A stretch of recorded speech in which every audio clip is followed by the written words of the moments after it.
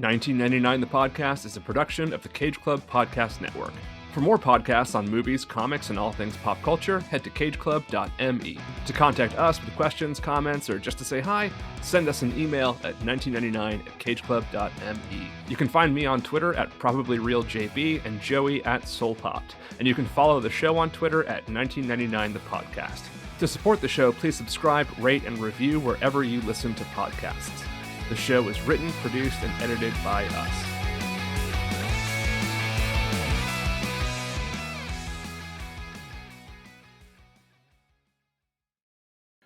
Welcome to Guy Pearce the Podcast, the only podcast where we invite qualified guests to discuss the exact nature of the attractiveness of acclaimed English Kiwi Australian actor Guy Pearce. I'm John Brooks. Now that is a podcast that probably does not exist.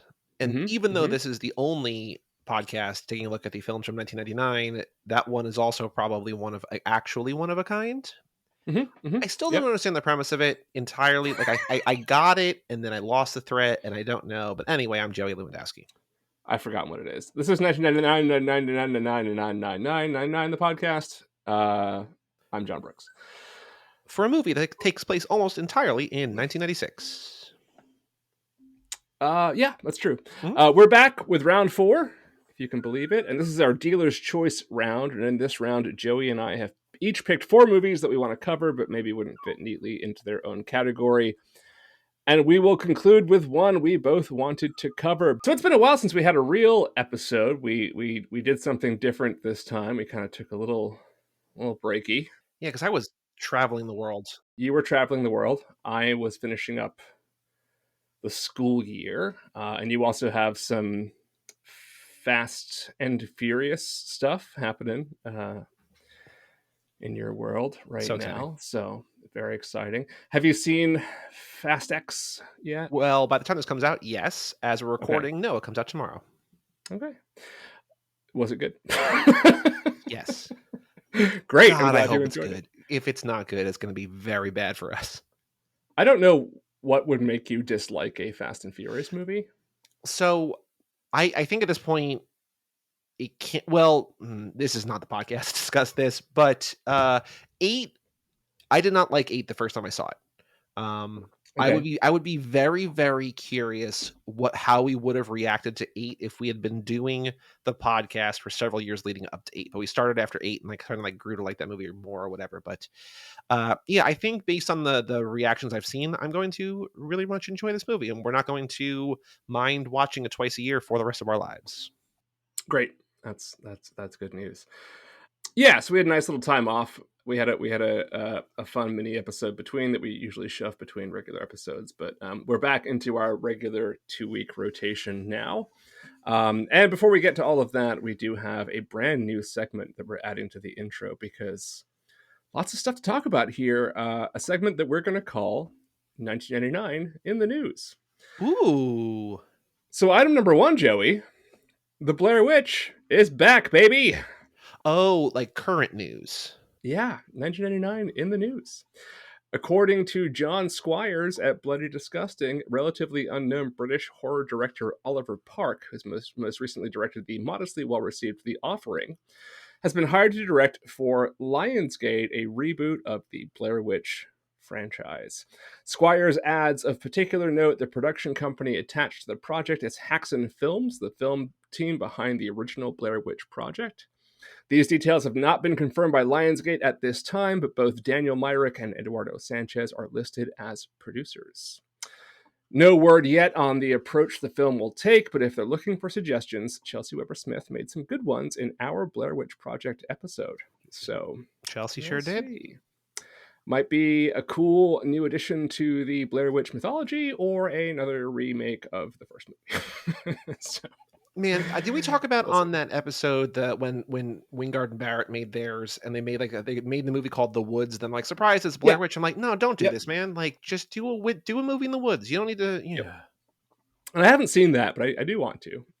I think people were disappointed because it's not. It's like people can't be happy, but like I think as a movie, and I like them as filmmakers. Like I think it's good. I mean, I don't think it's great, but I think it's good. I think it got a lot of unnecessary anger directed toward it.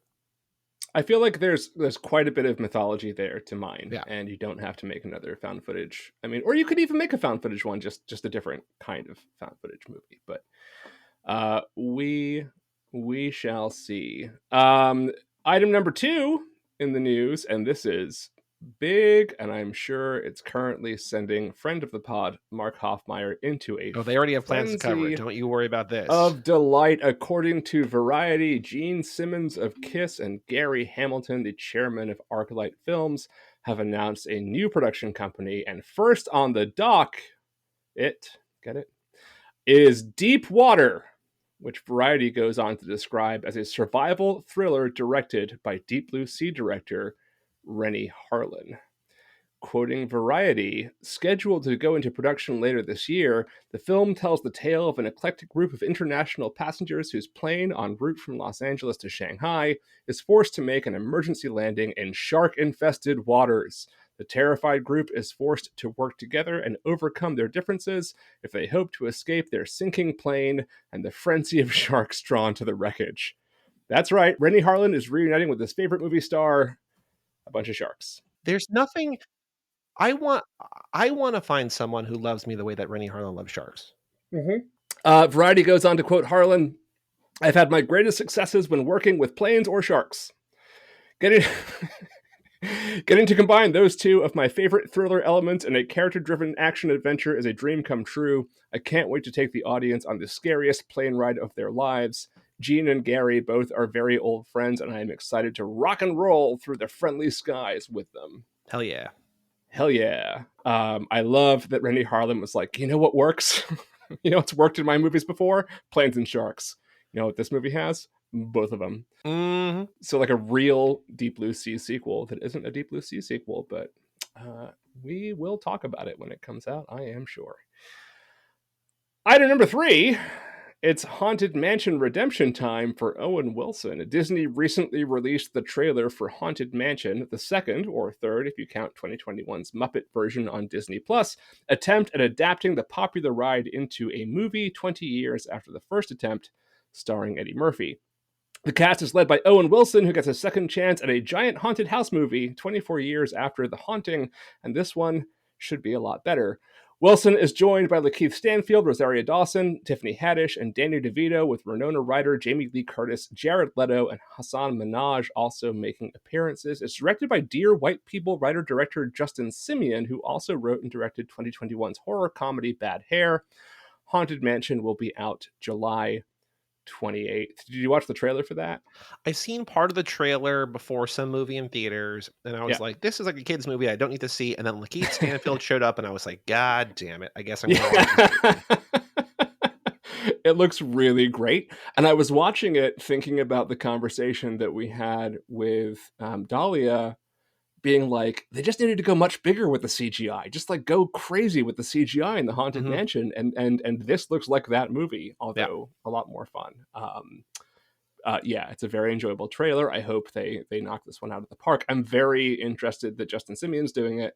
I love Dear White People, and I think he's very talented. So we shall see. Lastly, friend of the pod, drop dead gorgeous director Michael Patrick Jan's Western horror film Oregon Trail is now available. There really is a lot of 1999 in the news. There really is. VOD. So if you liked Ravenous and Drop Dead Gorgeous, check that out because it's probably up your alley. And that is 1999 in the news. I don't know if I'm going to have enough for that every episode.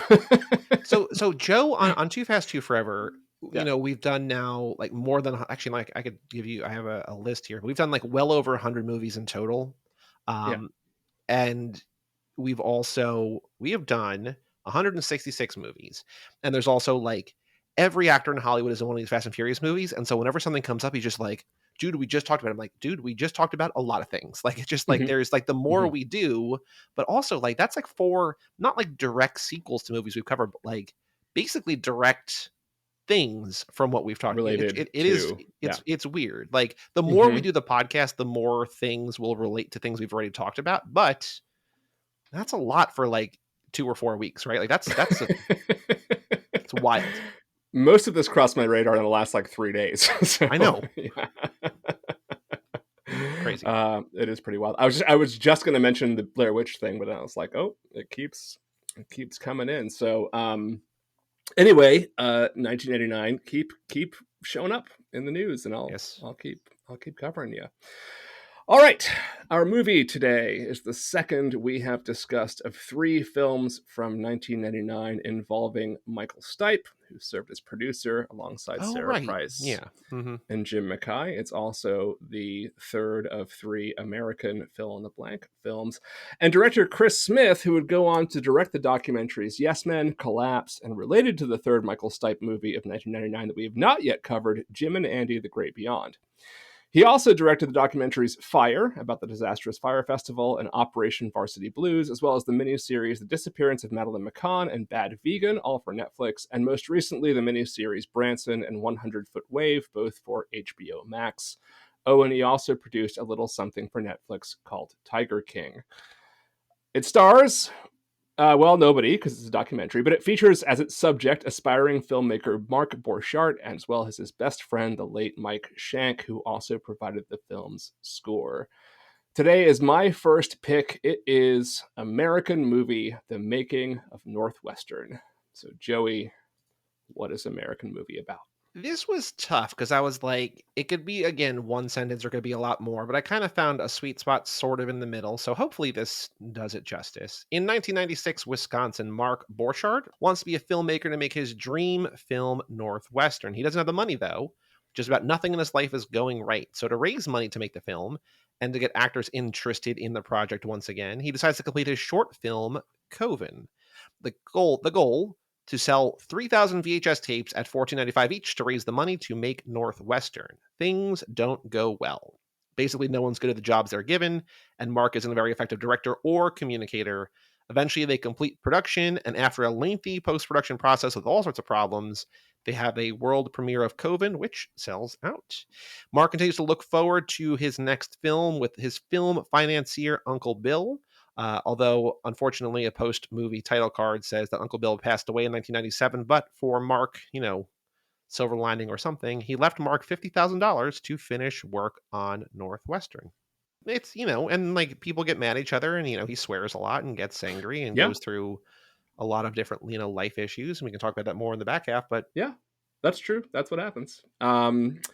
Released November the 5th and grossing an impressive $20,260 in two theaters, ooh, American Movie would go on to take in $1,165,765 over 6 months in just 29 theaters with an undisclosed budget of not very much. Though we know the budget's at least like whatever it cost to make Coven, which was like $25,000 or whatever it was. It holds a 94% critic score and 90% audience score on Rotten Tomatoes, and an 84 must-see rating on Metacritic.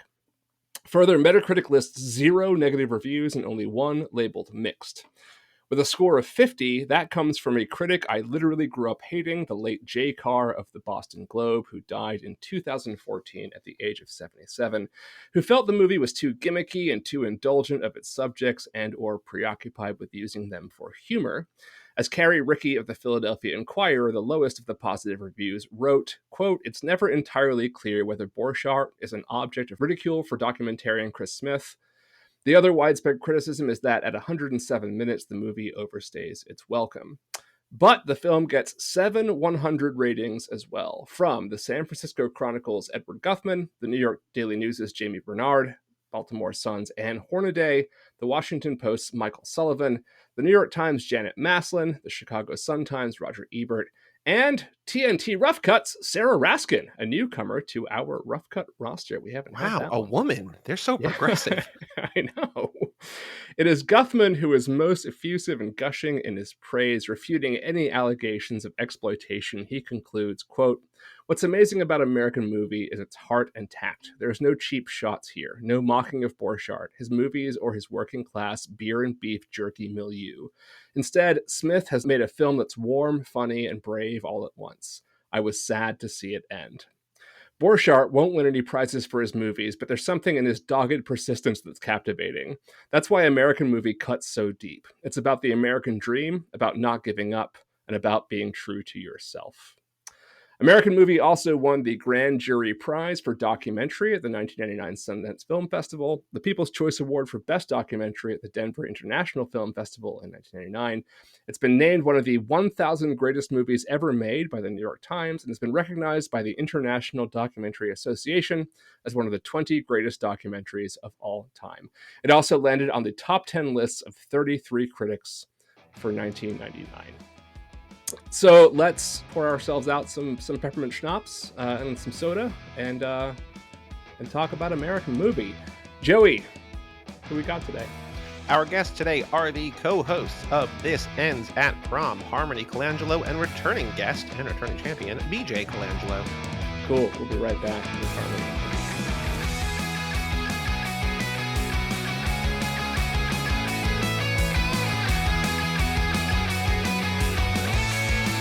Welcome to 1989. Welcome back to 1989 Podcast, BJ, and welcome for the first time, Harmony. How are you two? I'm swell. This is like the fifth thing I've done today, so I'm tired, and I'm on the side of the house that is getting an unpleasant amount of sunlight. Yeah, it's still so bright out to have done 5 things already today. I mean, that is It's a busy week for me. productivity. Yeah, I just started a new job. I'm working 2 jobs and running a podcast and grocery shopping, and now I'm here. It's just there's a lot going on. Well, congratulations on your impressive number of things to Thank get you. accomplished in a single. I mean, I worked from the couch today, and I think I deserve a medal for that. So Yeah. Well, how many different things did you do from the couch? That's the I thing. mean, I edited like 7 different things from That's the 7 couch. things. One Yeah. time I even got up and ate breadsticks leftovers from That's last 8 night. things. Mm-hmm. Yeah. Mm-hmm. I'm Yeah, really that's a lot of impressive. things. I think so. Well, you've all earned whatever this is. I guess break from everything. You'll remember BJ from our last movie that was a documentary, sort of about the Midwest. We're talking about a different one this time. That's a real documentary, although it doesn't feel like it most of the time. Also about the Midwest. So BJ is officially our 1999 doc or mockumentary Midwestern expert person. This is like my dream, though. This is fantastic. Are If there any only capitalism rockumentaries from made- 1999? Do we have any rockumentaries? We don't have a on the board? rockumentary. We do have a Cubano Cuban music, whatever that is. I don't know what you're style trying to say. What movie is music. that? Buena Vista Social Club. Oh. It's kind of rockish. It's a Okay. mentary. I don't know. It's a musical. It's a musicamentary. That's not rock. But no, we don't have any rock documentaries. Rocking documentaries. Of that year. No. You two are the co-hosts of This Ends at Prom. I'm going to have you describe what the pitch is, or like to the vibe of your podcast. It's sort of like a podcast that we have on this network, High School Slumber Party. It's high school movies, but also like edgier and cooler. How would you describe your podcast? We cover coming-of-age stories about or marketed towards teen girl audiences, and that's sort of the general scope. Sometimes we'll cover films that had a massive impact on the way teen girls are presented in film. So the easiest example we go to is Scott Pilgrim versus the World. If you have colored hair and have been compared to Ramona Flowers, you may be entitled to compensation. So that's kind of what we do on our end of things. We're in the middle of May musical month right now, so we have everything from West Side Story to from Justin to Kelly and Reefer Madness. A lot of fun stuff. Good ones. I've never seen From Justin to Kelly, but Who? I would enjoy hearing other people talk about it, I think. Have you ever watched a movie that is so bad that talent is a jump scare? Because that's From Justin to Kelly, where it is just a horrible film, and then suddenly Kelly Clarkson and Anika Noni Rose show up, and you're like, oh, wow, that's right. They are 2 of the most gifted vocalists to ever walk the planet in this garbage train wreck. Yeah. Wow. It's not a good sign. It's either a really good sign or a really bad sign when a movie's 82 minutes, you know? That's Joey's dream length of movie. Yeah, I think we'll talk about American Movie, but I think American Movie could have been maybe a little bit better for closer to 82 minutes. Okay, here's I want to get this out of the way right up front before I jump. Yep. I don't know how to think about this movie because I enjoyed it, but I also and I've read letterbox reviews about it, and I think that people are split. I don't know if I.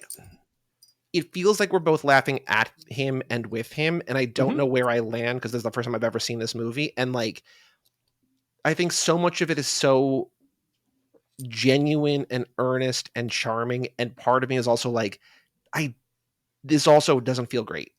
And I really want to, like, I would assume, maybe not, maybe I'm wrong, that all three of you probably love this movie. And I really want to like more listen than talk because I think it was made with good intentions, but it also, I also was kind of reading part of this as cruel. So like, I want to get that out of the way early because like, I don't really know how to feel about this because I want to really love it. And I'm also like, it feels a little mean maybe.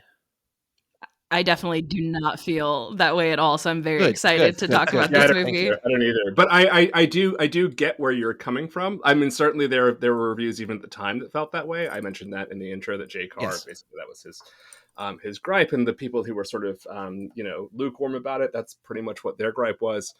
And I get where you're coming from. But you watched it for the first time, what, like this week, yesterday, today, this morning? I mean, today. Okay. So it's and fresh. aside from all the stuff that I've been saying about it, did you know much about what you were in store for? No, I know that like this is a movie that I know that I have multiple friends, not just you, who really like it. I know that the reception to this is really positive. I had heard comparisons to Christopher Guest movies, like that kind of vibe, the kind of small town, sort of maybe mockumentary, but I didn't really know what it was about. I didn't know, if I should know anything about it beyond that. I was sort of surprised that, you said that it was on like the New York Times, like 1,000 greatest movies ever made. Like I didn't really know anything beyond sort of like vague ideas of what to like. I think the movie that I watched was basically what I was expecting. Okay. So like I wasn't like surprised by it, but it was just again trying to suss out how to feel about it. Right. Which of you two saw this movie first? Oh, that's Me. BJ. BJ, what was your first experience with it? So my first experience with American Movie was in college when I was studying film and learning everything that I wanted to learn about film. And this was recommended to me because I'm also a Midwest or die kind of person. Yeah. And I fell in love with this world and these people because the comparisons to Christopher Guest, I think, are fair. But the difference is in a Christopher Guest movie, these are characters. In this movie, they are people. And these are people that I can recognize. These are people that I grew up around.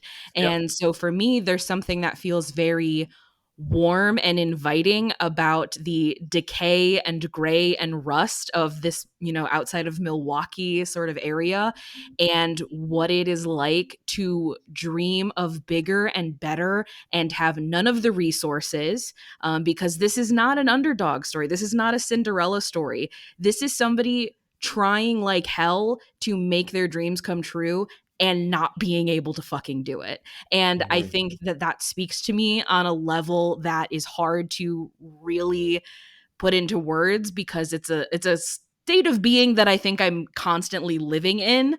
But to hear characters talk like the way that a lot of, the people I grew up around talk is, something that I quite enjoy. But I understand why people would laugh at these characters, but I never laugh at them. I laugh with them because it feels like home. It's real hard to put into words. It feels like home to me. Yeah. Harmony, I assume BJ forced you to watch this. Well, or that was your introduction, or introduced you to it, shall we say? Correct. When was that, and what's your takeaway? Okay, so here's a story because I feel like this is a really appropriate way to it makes sense for how the road led us to this movie. So we were back in Ohio this past fall, and we were just visiting some people, and we were just on a little day trip to a small, nothing rural town, like a downtown area where we were just hanging out. And it reminds me very much of where I'm from in rural Ohio, where there's sub 10,000 people, like a comfortable sub 10,000 people in this town. And we just went into a resale store, and I was in the dollar movie bin just looking at weird ass things. And there's a film Yeah. called Project Grizzly. And Project Grizzly is, for the first half, one of the best movies I've ever seen in my life. And for the second half, it is a different movie that is fine, but not what I want. So it's just about a Canadian man who had a spiritual experience with a bear in the wild, and he wants to make Sure. a bear-proof suit in order to get up close and personal and study bears. And the first half of the movie is him just getting hit by cars and thrown down cliffs and lit on fire in his bear suit to test it out before they take it in the wild. And it's awesome. And I am just gushing over this film and how much I love it and how random it was to find it for $1. And BJ goes, okay, but have you heard of this movie called American Movie? And I go, no, what's the deal? And it made perfect sense for this to be the trajectory that got us here from a documentary that's made in 1995 to a documentary that's shot in 1995 and is, Canada and Wisconsin aren't that different. And No, I love this movie. I find it so endearing. I learned a lot of things about myself watching this movie, which is that there's a Midwest-ism to me that I've never thought about, which is either I start or end sentences with man. And until you see it in this movie where they do it in every time they open their mouths, I go, oh shit, that's a thing I do. And it just, I don't know. It feels comfortable and cozy. And I feel like there's mean-spirited to this if you're used to other things like this movie being mean-spirited. I think that there is sort of a tangential, a parallel to this movie, running parallel to it, like a Christopher Guest thing where we're making fun of Jennifer Coolidge or Eugene Levy's characters in that. And I think that it's speaking a very similar language. But I think the fact that this is not really painting a picture outside of purely documenting these guys and what they're doing, I think that's a sign of a good documentary. You're not trying to push an agenda of look how silly these guys are. It's just kind of here's the thing they're doing, and we happen to be here with cameras. Yeah. Part of me wants to know, and I know that this is probably not normal documentary filmmaking, but I kind of want to know who's making this movie. Are these friends of Mark's? Are these people who I don't know, I kind of wanted the context. And one of my favorite moments from any movie we covered in season 3 was in Drop Dead Gorgeous, where the film crews see each other at the sign, they say high five. We don't really know about them, but they're characters, they're people. I'm I don't really necessarily want that level, but I wanted some kind of insight into, which again, I think maybe goes against the ethics or the point of documentaries. I want to know what their perspective is. I want to know what they think of Mark. And I was adrift at sea. I was kind of looking for some kind of mooring or some kind of thing to grab onto, and knowing how the documentarians felt about him and why they were making this. If it was hey, there's this really, eccentric, in a more negative way, this eccentric weirdo who thinks he's going to be a filmmaker and whatever, and let's just watch him. Or if just this is a guy who might break out and he's a thing, or if it's somewhere in the middle, I kind of want a sense of why is this being shot? Because I'm sure that this, maybe not to this level, but this type of guy who has dreams of grandeur and has knowledge, but maybe not the talent to match the, I'm sure that this kind of person exists in a lot of places. I was kind of curious, why this story from these people. So the backstory that you were craving, and the Chris Smith, who directed this, he's one of the co-directors. This is actually directed by two people. Sarah Price is the other director, but Sarah Price kind of gets left out of the conversation because Chris Smith has gone on to direct some pretty prominent documentaries that I'll mention at the end of this, because going in order, I think, is important. But Chris went to University of Wisconsin-Milwaukee, which is where Mark went to school and was editing his film. And Chris was editing his first thing he ever did, which was called American Job, and that's where he met Mark. So he knew Mark in person, and Mark is kind of this notorious figure in the Milwaukee area where he makes these micro-budget short films, and he's trying to get this feature off the ground, and he wants to do it in Milwaukee. So people know him. I mean, he puts ads out in the newspaper, so it's not like he's Right. That makes someone sense. that he doesn't know. And clearly, he was looking for his next project. Mark is kind of a weird guy, but from everything that I've read and learned, Chris genuinely was like, I think it would be really fascinating to look into like what it takes to make a low budget movie outside of the studio system, really with no help, where you're kind of doing it on your own. I think that there's something really interesting to that. And it just so happens that Mark also has a very fascinating life, and his friends are very interesting people, and his family is very interesting. So they do end up becoming these really fascinating subjects. However, I do think that the success of American Movie sort of pigeonholed Chris's career. Because when you look at the things that he would do later, we're talking about Jim and Andy. So a very, very famous documentary, the Firefest documentary, Tiger King. Tiger King. So a lot of, disasters or eccentrics, like that sort of Bad Vegan. Yeah, that sort of like Bad Vegan, that's sort of his thing now. And I don't think that he would get to do these sorts of subjects or get to study these people if it wasn't for American Movie. And I think it's because, at least for me personally, when I watch any of those docs, including Tiger King, which is Joe Exotic's one of the weirdest people that's ever walked the planet, never do I feel like the camera is making a judgment call on these people. Their actions are what we judge them by. And I think the same thing is in American Movie. I mean, we have scenes where we're picking up Ken from prison. Oh, there he is. What's up? Oh, we didn't have enough foresight to figure out where he's going to sit in the car. That's on us. I guess scoot over, Mike. Ken's going to come sit down. Like that sort of stuff, I think is, that is, of all the footage he shot, that he chooses to include those moments, him and Sarah chose to include those moments, I think shows like a real lived in feel of these people.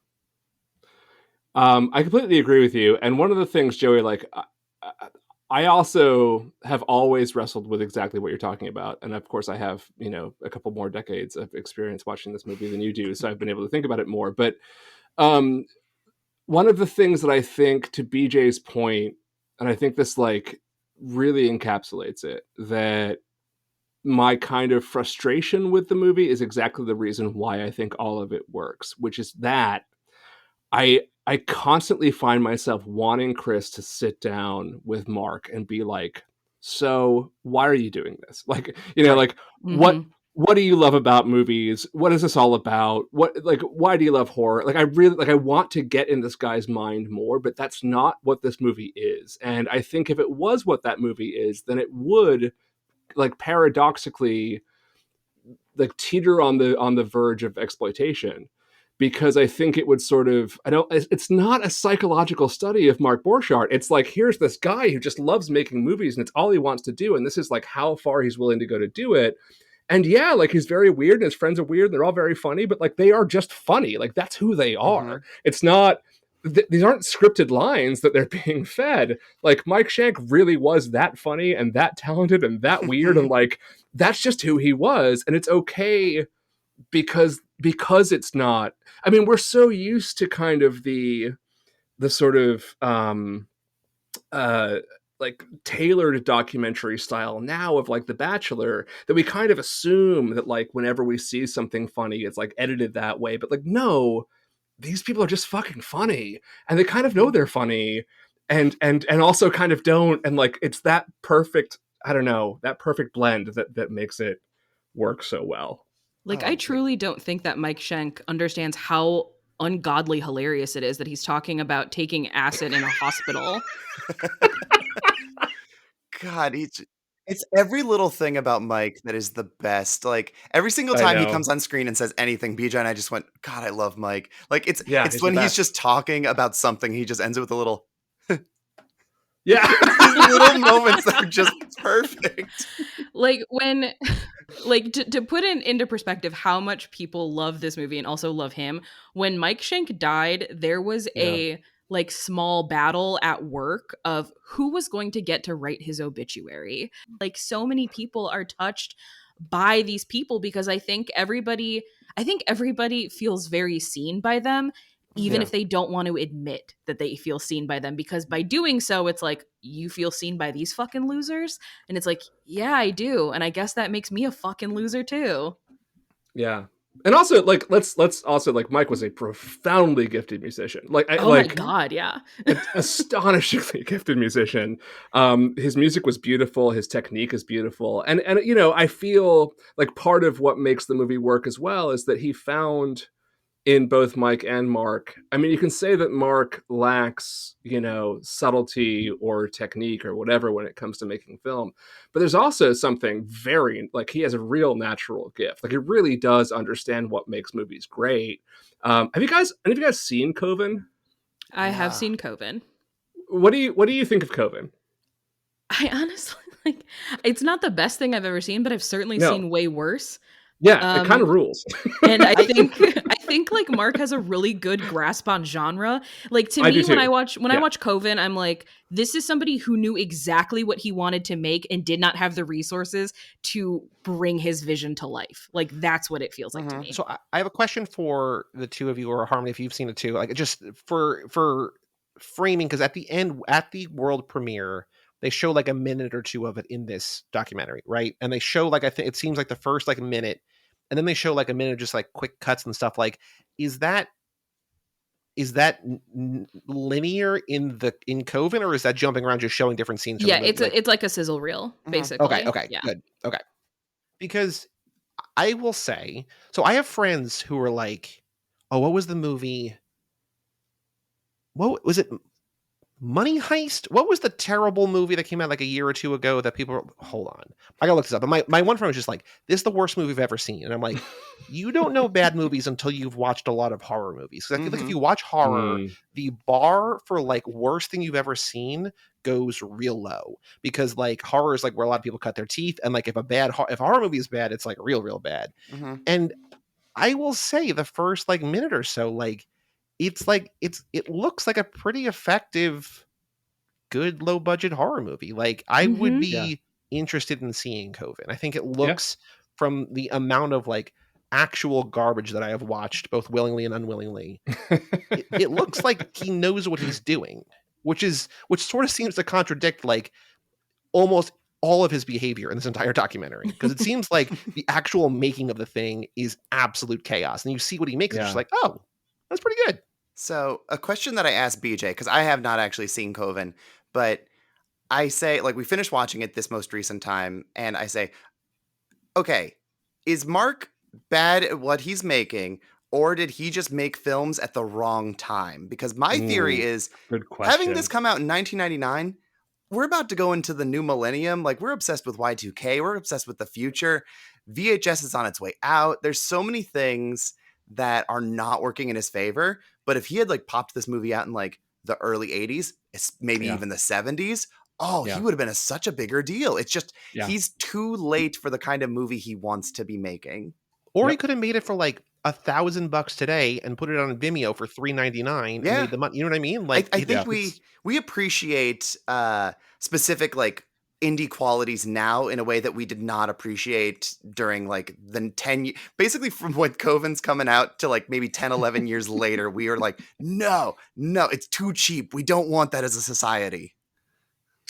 And he obviously loves making things. Like there's something about the splicing of the film reels and the sort of stress of it all that he really seems to thrive on. And it's like, it just doesn't seem that sort of digital filmmaking would be up his alley. Like, I think one of the most telling scenes in the movie, and I think Chris understood this because of the way that he works it into like the final narrative, is when he's trying to get his Uncle Bill to say that fucking line where he's like, and it's like, take 27, take 30, take 45. And it's, and it's just like, Jesus loves you. He told me you have something to live. And he like can't get it right. And I'm like, Mark, just do takes in different sentences. Like, give him one sentence at a time. You'll be done with this in 5 minutes. It's really not hard. Also, the version they use in the movie, It's it's moving.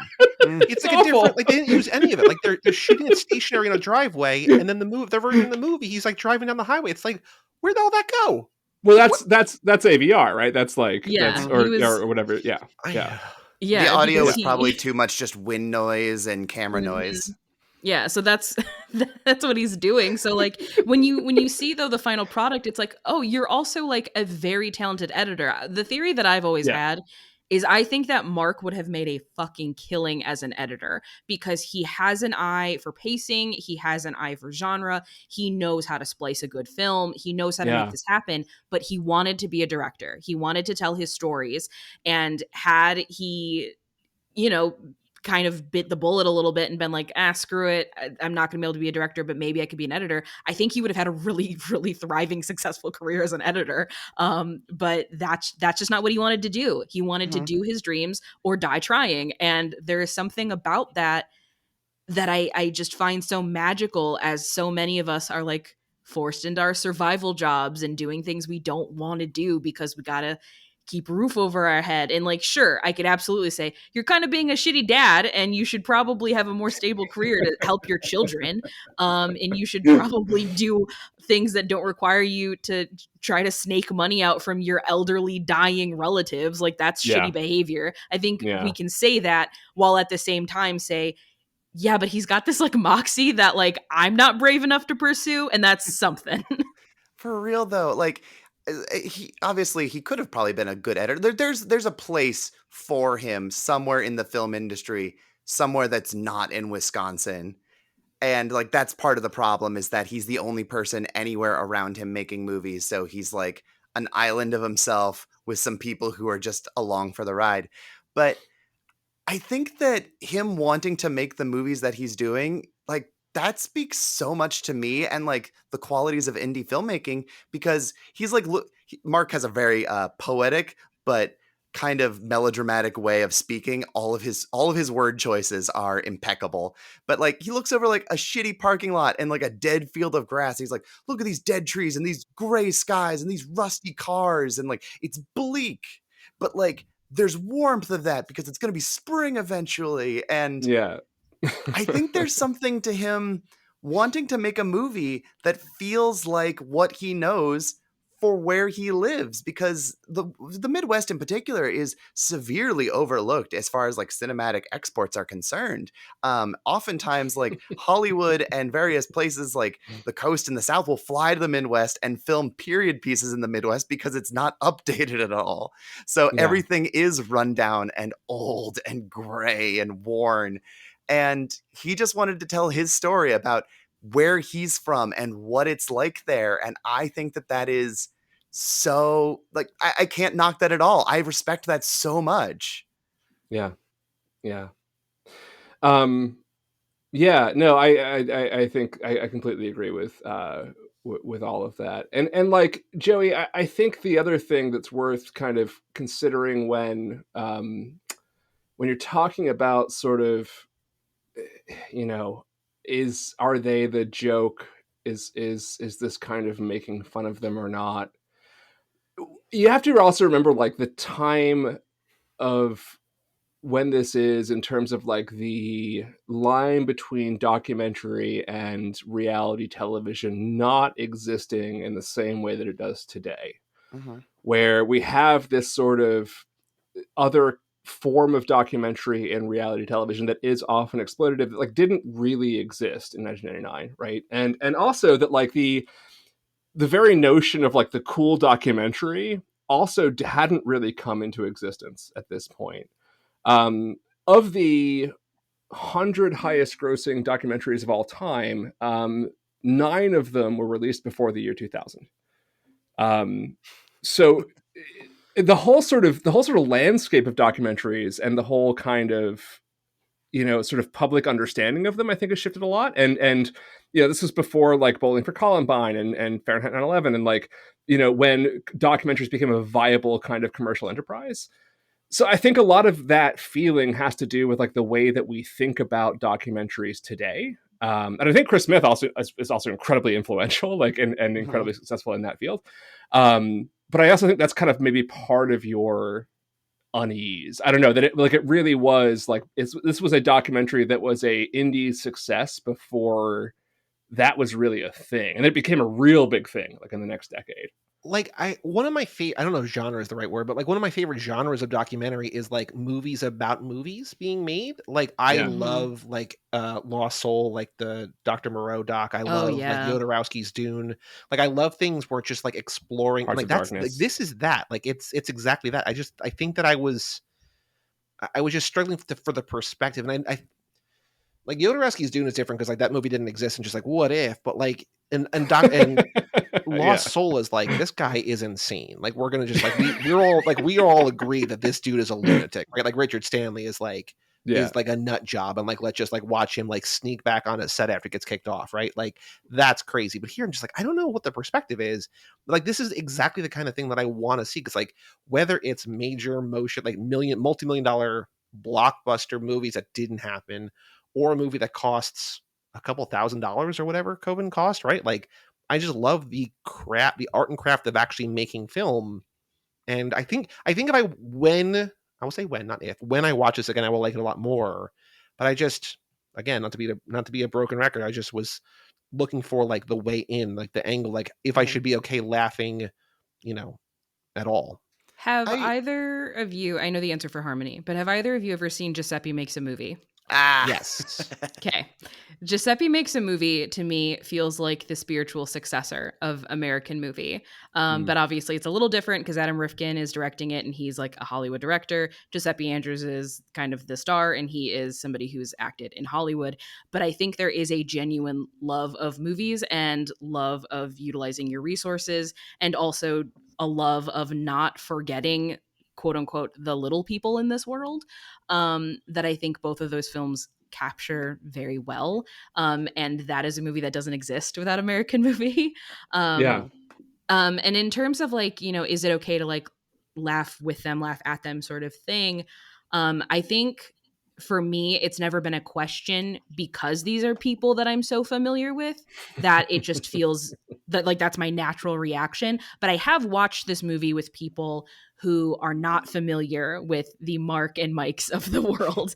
And they're like, this feels exploitative. This feels awful. I even had somebody once say that they felt like this is an entire movie version of the People of Walmart Twitter account that used to exist that thankfully does Oh, not. yeah. Where Yeah. because for a period of time in the 2000s, so like directly after this movie came out, we started treating like cruelty as a form of currency. I mean, we can talk about celebrity culture, paparazzi, what have you, but that extended to real people. It wasn't just leave Britney alone. It was also, please leave the lady with the Cookie Monster pajama pants just trying to buy groceries. Leave her the fuck alone. Like, don't Yeah. blast her on Facebook and make fun of her. That's ridiculous.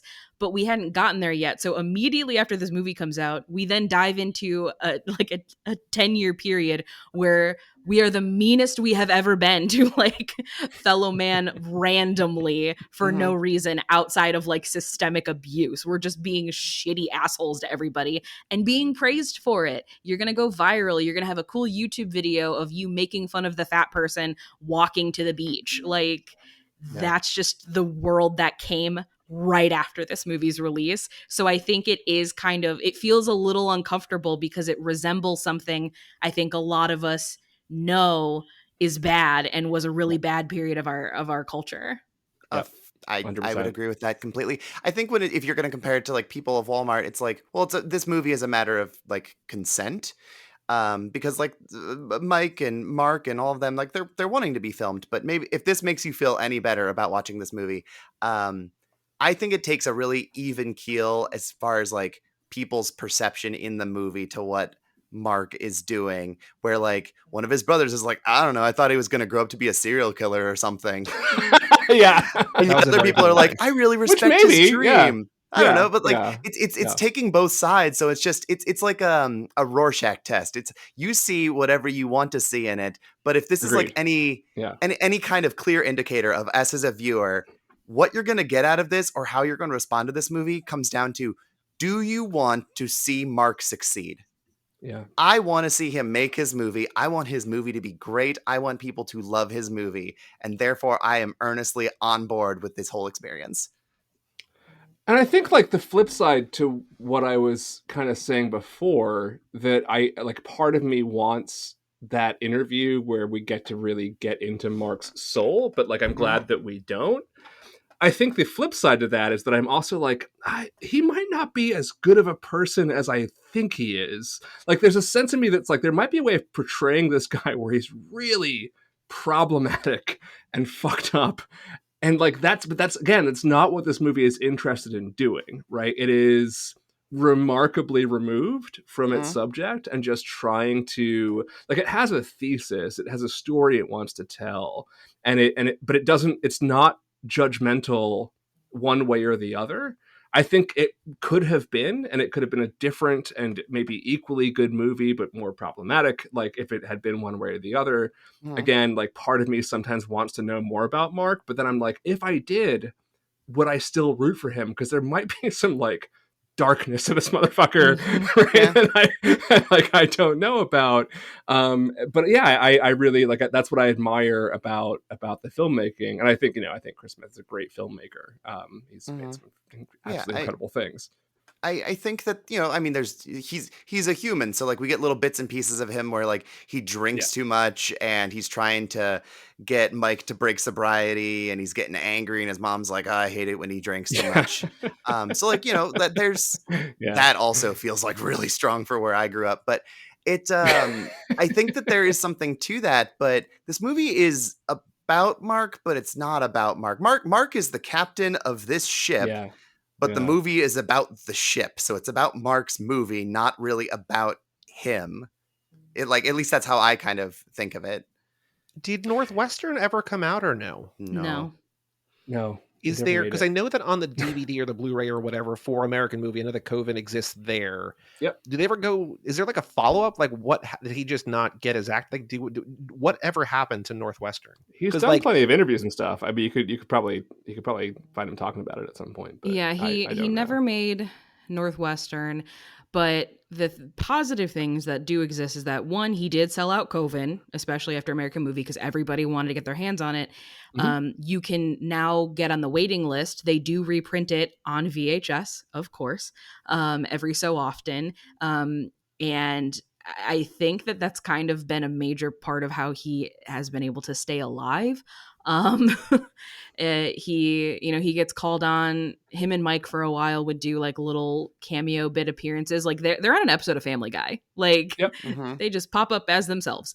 It also I saw that he acted in the Jet Li movie, The One. I don't know where he is in that movie, but he's like 9th or 10th build. So like that's like a big movie. Like so I guess shout out to Mark. Yeah, they've been, because I think so many filmmakers like love this movie, and they've been just trying to find ways to incorporate, they kind of see them as heroes in, not obviously not the same extent, but it's like how James Gunn has a tendency to find ways to squeeze Lloyd Kaufman into his movies because he's like, I wouldn't be a movie maker without you. And I think to some extent, some people are like, yeah, this movie like made me realize that I could do it too. If Mark could do it, then I could do it. And so I think he's been kind of folded into the film scene of a very specific generation for quite some time. But I do think he makes a pretty decent amount off of the Coven repressings. But yeah, it sounds like he just never really got his shit together to make Northwestern. And I go back and forth about whether or not I want to see it. Because on one part of me, it's like, oh my God, I would love for him to finally be able to achieve his dream. But the other part of me, it's kind of like the Batman, like, die a hero, live to be a villain kind of thing, where it's like, maybe I don't want to, because it's really perfect for me not to know what his feature film would look like, because if it's not good or if it's like disappointing, will then that change how I feel about American Movie? Will that then change how I feel about my experience watching somebody try really hard, if he tries really hard and is shit? Like I can't tell how I feel.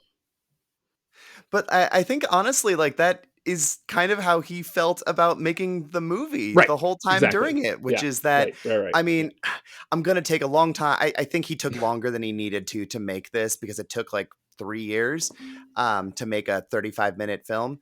I think obviously it had some roadblocks, it had some tribulations, but I think I also get the sensation, or like at least an inkling, that as soon as he finishes it, there's not the potential for it to be good. It exists out in Right. the world, and either Yep. it's good or it's bad, and people are going to make opinions, as opposed to maybe I could still buy this big house behind me. Maybe I could still do something other than I did do it and it failed. And he basically talks about that, right? Like in the Mhm. movie, he makes allusions to that very thing, and so do the people that know him and like understand him. And like I agree. I think that's part of the sort of philosophy that the movie presents. I also think that like two of the things I love about it are that the way that it gives us those sort of removed glimpses really into his psyche and like who he is underneath. Two Mhm. things. One is like his relationship with his mother, and the way his mother is a character in the movie is fantastic. And also that like the person he's dating looks just like his mother, which they Yes. never point out, but like I get them confused sometimes. I'm like, holy fucking shit. And the other thing that I love, like one of my favorite parts of the movie, is like just how just like ecstatic he is when he's showing the movie to like 1,000 people in Mhm. town, and just like seems like he's in his element, and you're like, that really is what it's all about for him. Is like, yeah, he would love to be a Hollywood director and have a mansion and all that sort of thing, but like that is sort of a dream. Like this is the thing that he is trying, like this is what he thrives on. It's just like Mhm. sharing this creativity with people and like the creative process and the people that he works with, and genuinely like wanting them to be good and wanting them to like give performances. Like that scene where everybody's screaming into the microphone and then Mike does that like Oh, Oh, insane it's so horror good. scream. beautiful. It's awesome. But like that's a great scene. Not only is it hysterically funny and you're like, where the fuck did that come from, Mike? But also just like what a good time everybody's having. Mhm. And stuff like that. I think it's like it's the unspoken things that drive the heart of this movie, and make it not only like not exploitative, but genuinely like celebratory of, people who just want to try to do something, and Mhm. yeah, yeah. Well, especially, I guess I'll ask: Have we seen the documentary about the Raiders of the Lost Ark fan film? Yes. Mhm. Yes. I Yeah. think that's probably the closest comparison to what I could see for this movie, but Mm. those boys actually, they were just filming for fun, and this is, pre-digital, obviously, and you have limited things that are filmed then because it's cost money, it's time, it's effort, it's so getting to see these perfect little moments that were sort of just supposed to be for you, or that you're not self-aware because we're not, as a species, used to being filmed all the time like we are now. We're not used to taking So, pictures right. and posting them online like we are now. Like it just feels like reality in a way that like okay, so we had a really sad double feature with this, almost, where we watched it right next to Tick Tick Boom. And Okay. if you're All not right. familiar with Tick Tick Boom, it's the other musical by Jonathan Larson, who made Rent, and it's a phenomenal film that is also about the creative process. Yeah. But I think basically what it boils down to is watching these back to back. It's like, oh, Jonathan Larson, he didn't get to enjoy his win of Rent actually changing the world of musical theater and being a Mm. success, but he did do it. He was right. He was onto something. And on the flip side, you have Mark, who did get to create something, and people do love it, but it's lost somewhere in the like fields of Wisconsin, essentially, as opposed to the metropolis of New York. And they're two sides of the same coin, where Jonathan Larson actually may have been like a musical theater trailblazer, and Mark is some guy who filmed a thing that people like. Yeah. I mean, I was thinking about the Raiders doc and those guys because I've also seen the movie they made. Like I Mhm. watched that, the Mhm. draft house screen that, and I think that there's a passion there, and like there's also the drama of like friends growing apart. But I was also thinking, like, not while watching the movie, but having this conversation, like thinking about like Tommy Wiseau and like people liking him Mhm. maybe for the right or the wrong reasons, and him wanting to make a second movie, and like, do we like that can't be good for anybody. Like I know that, I don't No. want to stop people from like making a thing, but like whether it's good or bad, people are going to be upset. Mhm. Yeah, I mean, did you see the trailer for his new movie? No, I did not, because I don't know how to feel about it, and I'm just like, I'm gonna steer So clear of it. it's a shark movie. It looks like a sci-fi shark movie, but the Nice. last minute 45 of the trailer, because it's like a 3-minute long trailer, is straight up an underwear commercial. Like it is him Oh, cool. advertising his own personal brand of underwear. It like and like that's one of those things where it's like Shark there themed was underwear or no? no, unfortunately. But like there was a period of time where I was very much on board with Tommy Wiseau, and I was like, no, you're a maniac, but I respect what you're doing. And then I met the man and I heard the way he talks about it, where he was like, oh, yeah, it was always supposed to be a comedy. And I'm like, you're full of shit. Right. No, it Mhm. was not. Yeah. You've embraced that because you've seen what it can bring you and Mhm. you like that. You have bought Yeah. into your own narrative. You're smelling your own farts. I'm not here for this. Whereas Mark to me doesn't feel like somebody, even though like he's been able to do a lot of cool things, he doesn't feel like he's ever gotten to that point. Like he still is just this guy.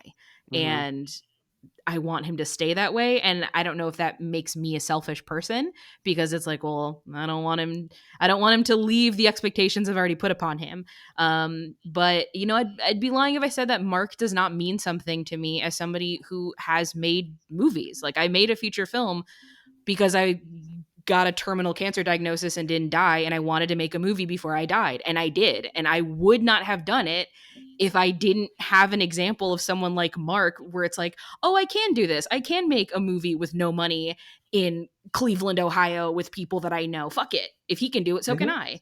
And there is something so powerful about the mystique that is now surrounding him that a lot of filmmakers, I think, gravitate towards. And I think like if he made Northwestern, it would destroy it. Like it would destroy that mystique. He needs to kind of stay in this little box that we have all put him in, and maybe that makes us bad people. But it is what it is. I mean, he's a cinematic folk hero. I mean, he- he is. He's Ned Kelly or he's Johnny Appleseed. I don't know. Like that's great. And actually, BJ, I like watching it again recently after having talked to you about Drop Dead Gorgeous. I also like had a different perspective on it, because one of the things we talked about a lot with Drop Dead Gorgeous was the like who is being laughed at here, and like what the nature of the movie is, and like where the jokes are coming from, and all that sort of thing. And one of the things that you kept talking about was like, this is how people actually are where I'm from. Like this is very real. I remember the first time I saw American Movie, I was like, oh, this is clearly like a scripted mockumentary. Like, this can't be a real thing. I quickly realized that it was, and then loved it even more. And then it's been a while, and going back, I remember you talking about Drop Dead Gorgeous and being like, this is real. This is how people actually are. And it gave me kind of a different, even more of an appreciation for it, because I was like, yeah, I mean, this is like, they're not putting on a show here. I mean, in some ways, like Mark is a show. Like he kind of knows he's a show. Like I think that's kind of his personality, that like he's over the top, but the over the topness is like what he would be like were the camera rolling or not, right? And like that's the important distinction. Well, especially because when we see him in the thick of it, when he's in his zone of making movies, like there are a lot of moments where it does feel like Mark is not paying attention. Like he doesn't. Right. It's not that he's not remembering the cameras are there. That's not his priority. His movie is his priority, and he's still that larger than life character. And that's how you know, like, this isn't an act. Like, this is just who this person is. The people that I laugh at in this movie, like more than anything, are the people who think that Mark is going to be like their big break. Like there's that one like actor guy who like I love him. The put man upon with actor. really the like dramatic. Orson Welles guy. I fucking love that guy so like much. that dude. I will laugh at that guy all day because I'm like, you are full of shit. I'm rooting right through you. Oh, I love him. Yeah, he's so good. So everyone else, I feel like I laugh with, because I'm like, oh no, this is who you are. But whenever like you can tell which people are like being put upon and like doing something because they know they're being recorded. Those people, nah. Yeah. Like I think my favorite parts is when you can tell that like we as people are very aware of accents now because the world is a lot bigger. We're more aware of it with the internet.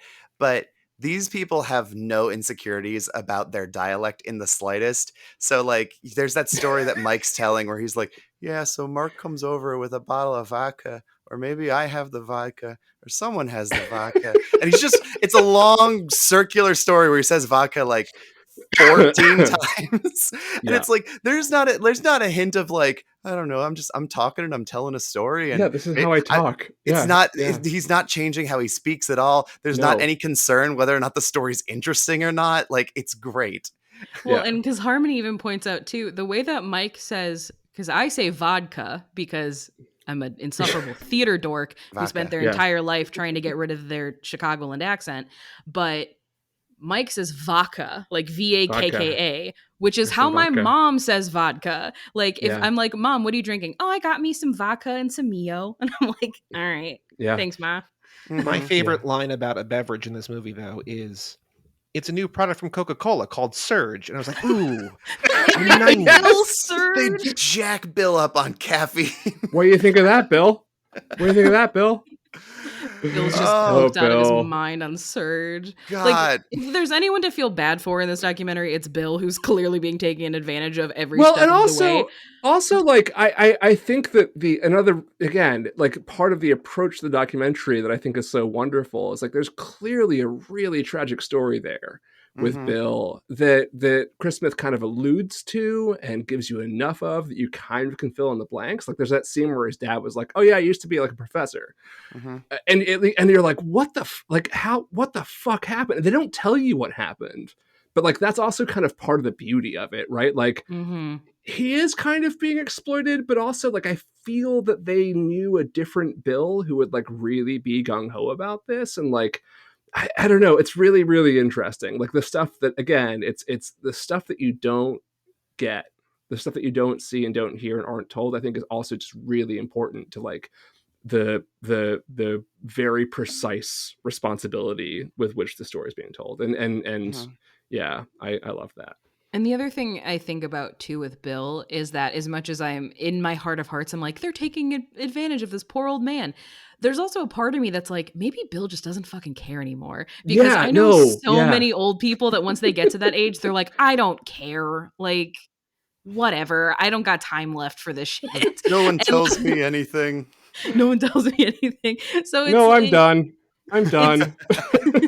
so in like a very weird way, it like almost says more about who we are in terms of like how do we Yeah. respond to this material? Like what does it say about us? What judgment calls are we making on all of the people that we're watching? What preconceived notions do we have?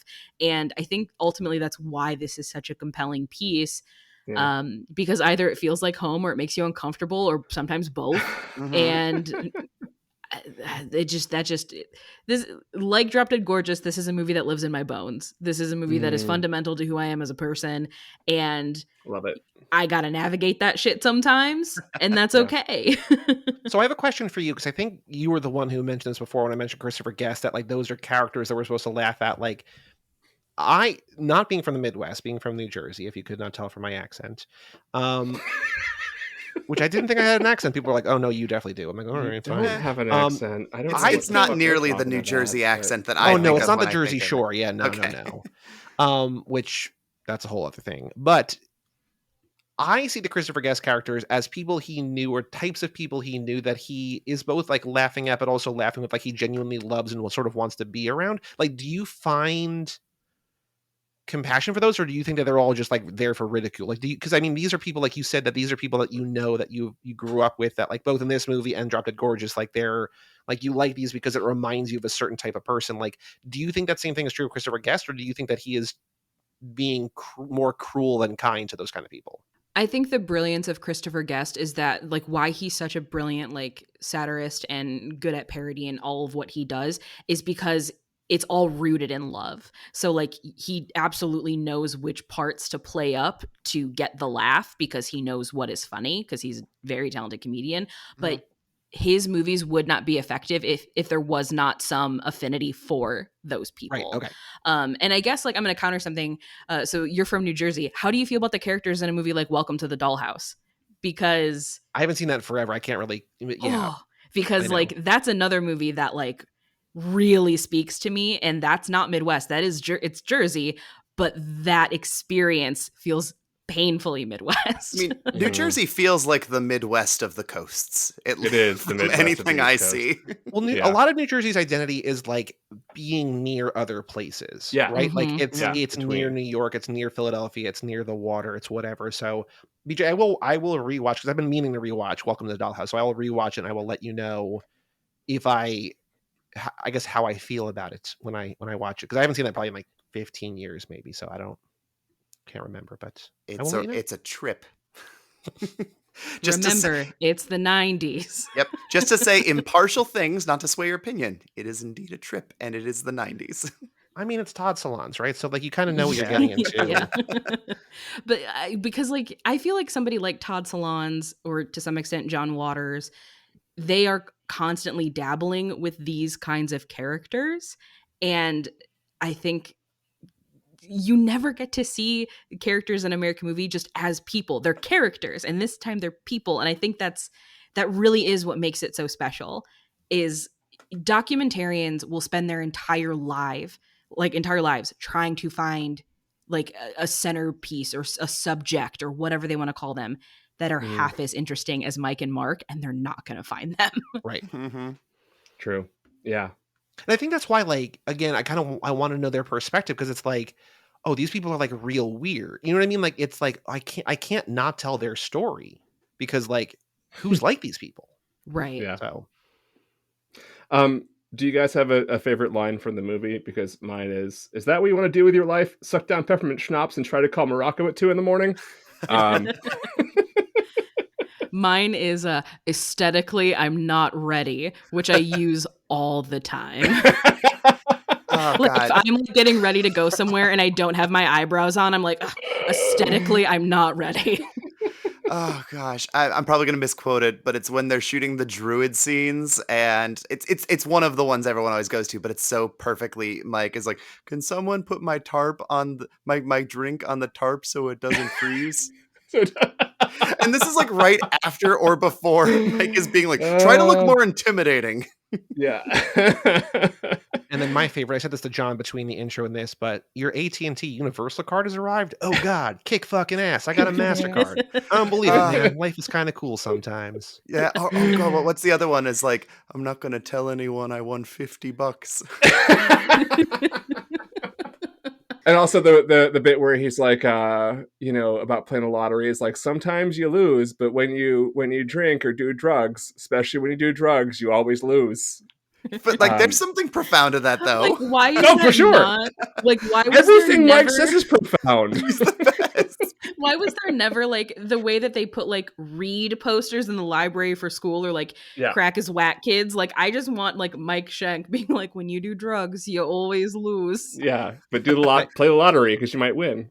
Oh, I it's also so love, good. and I don't know the exact line, but when Mark asked Mike if he would pay $14.95 for Coven, he just says, "Yeah, because that's what a Rush ticket costs," or something like. It's just like he equates it like it's as good as a Rush concert, and yeah, I would buy a Rush ticket. So why would I not? Here's buy this movie? here's the actual line. Ready, Mark? Would you buy this movie for $14.99? Mike, hell yeah, man. Mark, if I can find 3,000 people like you across the country, man, I'm in business.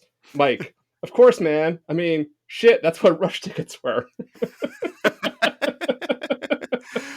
Oh, God. And I love that this is shot over like 3 years, and I think Mike owns like 4 t-shirts. And they're exactly the shirts that you would expect him to own. Yeah. Yep. I would wear every one of those shirts. They're all awesome. Like, there's a thing I see in Los Angeles a lot right now since we moved here out of the Midwest, which is like monster truck shirts and like NASCAR shirts. The more radical they are, I'm seeing like tiny little fashionable people wear them as like shirt dresses, and I was like, my culture is not a costume. How dare you? I did think of another like grade A Mike quote that I have to say before it leaves my brain, which is when Mark says, "Do you think that's a little bit cathartic for you?" Very cathartic, Mark. Yeah. Do you know what cathartic means? No. No. Also, can we point out that like what that Mark took his kids to see Apocalypse Now. Oh, that's the best. His kids are awesome. And when they're like, he's like, when Chris is like, do you guys want to be filmmakers? Like, no, yes, no. It's a lot of work. You have to cut a lot of things. Oh, they're And it so takes good. a million years. Oh my God, it's so great. I do I like love his his son kids. saying, though, like quoting Apocalypse Now, just like the horrors, the horror, like not knowing anything about anything. Like, what's that kid, like 6, 7 maybe? Yeah.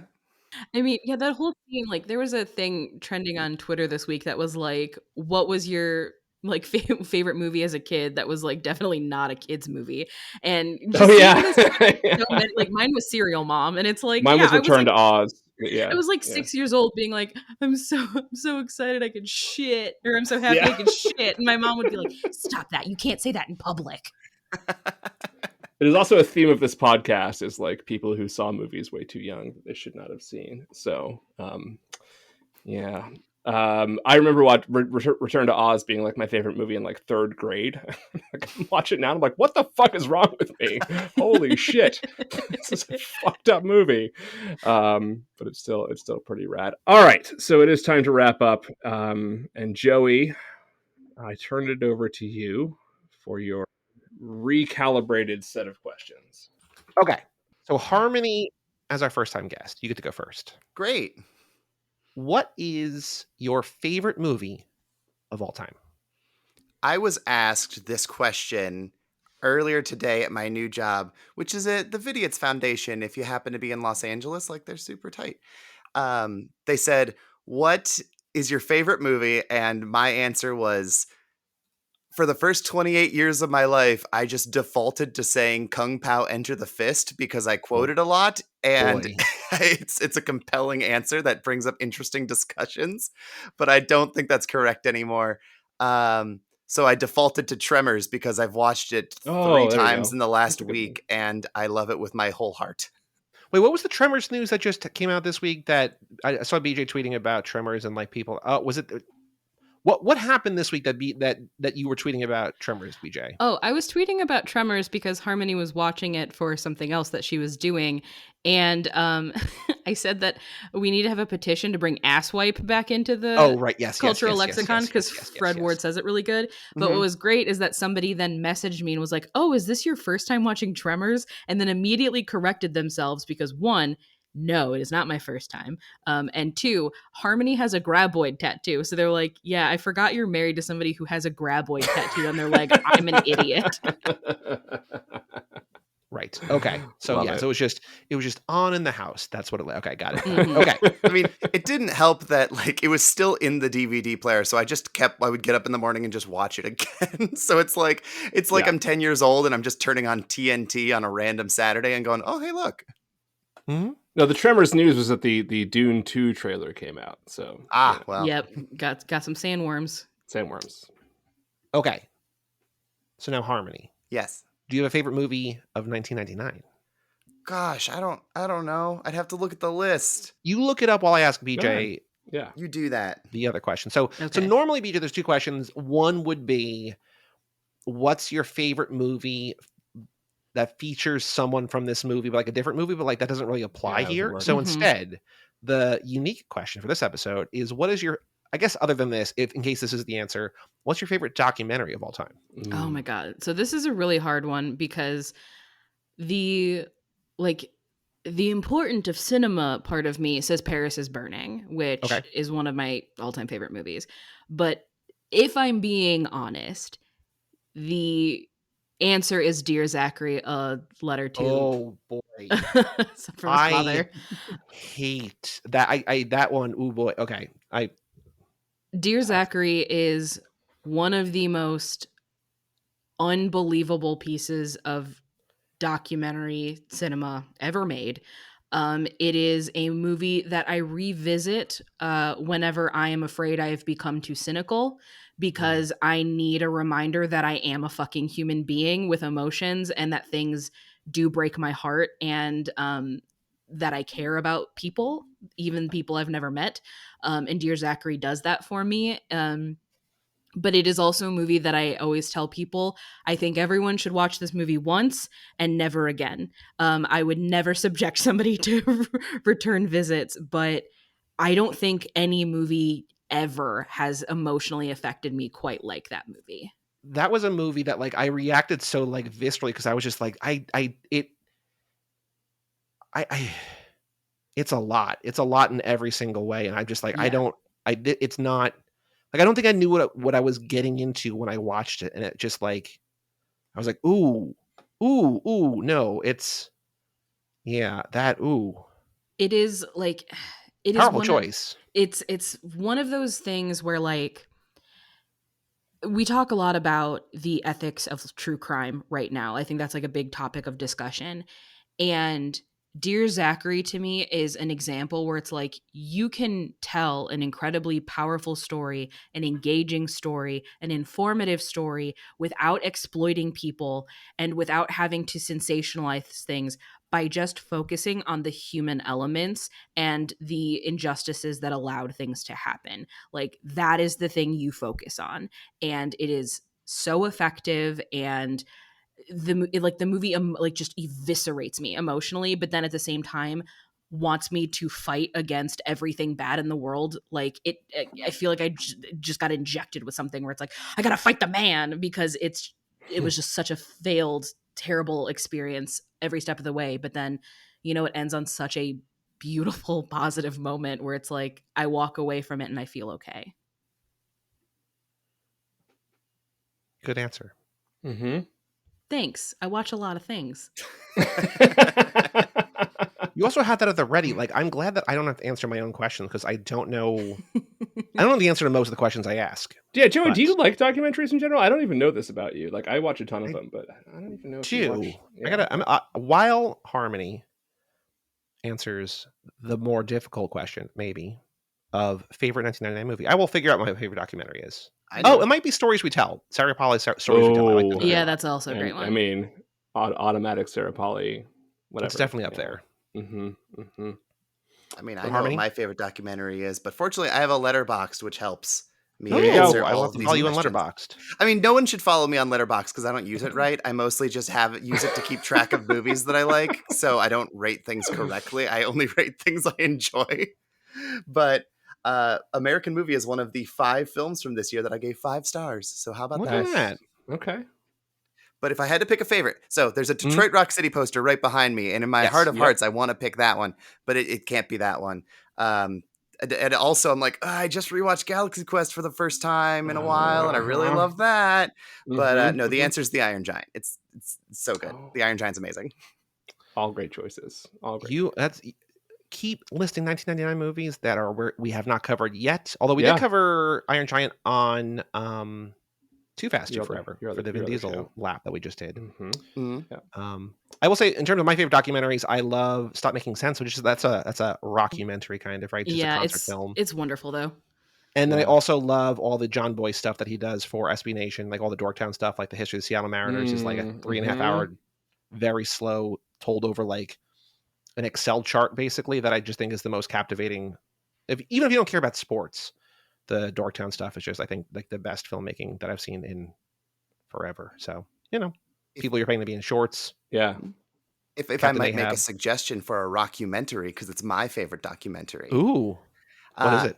It came out, I think, in like 2014-ish, 2015. It's called Never Get Tired. It is a documentary about the rise and eventual breakup of indie ska band Bomb the Music Industry. Jeff Rosenstock. Yeah. Yes, it is a phenomenal documentary that is so inspiring, because when they started making it, they were basically like, let's just make a documentary about this band that literally makes everything themselves. They tour, they spray paint people's t-shirts at shows, they invite fans up on stage to play their songs if they bring instruments to the shows with them. We're going to do everything DIY to the bone. And then over the course of making the documentary, they kind of went, we're getting to the point we're getting too big to be a DIY band anymore, because we're running our own record label and we give away all of our money for free if someone wants it. And that's not sustainable. So let's just end the band here so that we don't taint the perfect reputation we have. And it is like one of the most inspiring things for making music in much the way that American Movie is, which is if you have the money, you got to just kind of do it. And I think it's tremendous. Cool. I will watch that. I have like 4 favorites. This is one of them, but the other 3 are, well, Hoop Dreams, like Oh it's God, Hoop Dreams is so good. probably the best one I've ever seen. Yeah. My 2 like favorites though that are both great are Man on Wire, which is phenomenal, and my favorite, like a comfort movie that I watch multiple times, is Wordplay, which is about the New York Times crossword puzzle, and it's so fucking good. Oh. It's about competitive crosswording, and it is fantastic. So There's a lot of good documentaries. there are documentaries are great. I'm one of those people that, like, I don't watch enough. I don't read enough fiction books. I read too many like nonfiction books, and I don't watch enough fiction movies because I watch too many documentaries. I'm very similar. I feel that. Yeah. All right. Awesome. Cool. I'm glad I'm not alone in the world, Harmony. Legitimately, the only things I read are nonfiction because I'm like, tell me about a really specific topic. I want to learn about the entire life of Tiny Tim. Oh my God. Yeah. If you got a cool 3-hour documentary on that, I'm going to sit down, or like a 12-hour podcast series. I'm all about There it. is a documentary about Tiny Tim. It's narrated by Weird Al Yankovic, and it's fine. It doesn't go into as much depth as the book does. Okay. Yeah, I saw that recently. Fair enough. Here's a non-movie related question, but as someone who has talked about the Midwest a lot, if someone's touring the Midwest, where's the one place they should stop to eat? Oh my God. There's so many. Oh no, because you're also asking me, and I'm a fat person, so I got a lot of favorites. What's the best gas station? Ah, shit. Because I just came back from Atlanta. I was on there for a music festival, and like you Google like best whatever, and like it's just like a list on Yelp. I'm like, I don't know if I should trust anything. So I started like asking Uber drivers, like, where would you recommend? And they all kept recommending places that they had not been to, and I'm like, all right, you're just hearing secondhand. Like they turn out to be good. And I'm like, I want something like someone from the place to be like, this is where to go.